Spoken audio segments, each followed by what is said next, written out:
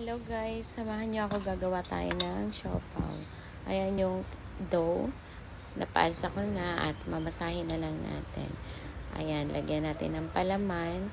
Ang aking palaman po pala ay giniling, natimplahan, minarinate ko siya. Hindi ko na naipakita sa inyo. At hindi, kala ko na videohan na anak ko, hindi pala yung naipakita yung giniling. Ayan, nilagyan ko ng salted egg, tsaka Chinese sausage. Yung Chinese sausage ko, konti lang kasi yan na lang ang meron ako. Kaya maliit lang yung hiwa. Ayan, lagay nyo lang sa dough at ipapalaman. Ayan, ganyan.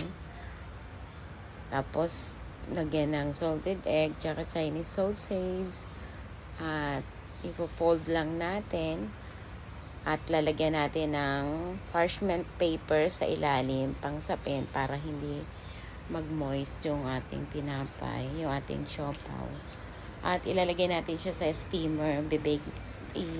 I-steam natin siya ng 15 to 20 minutes. Ayan, na-steam na.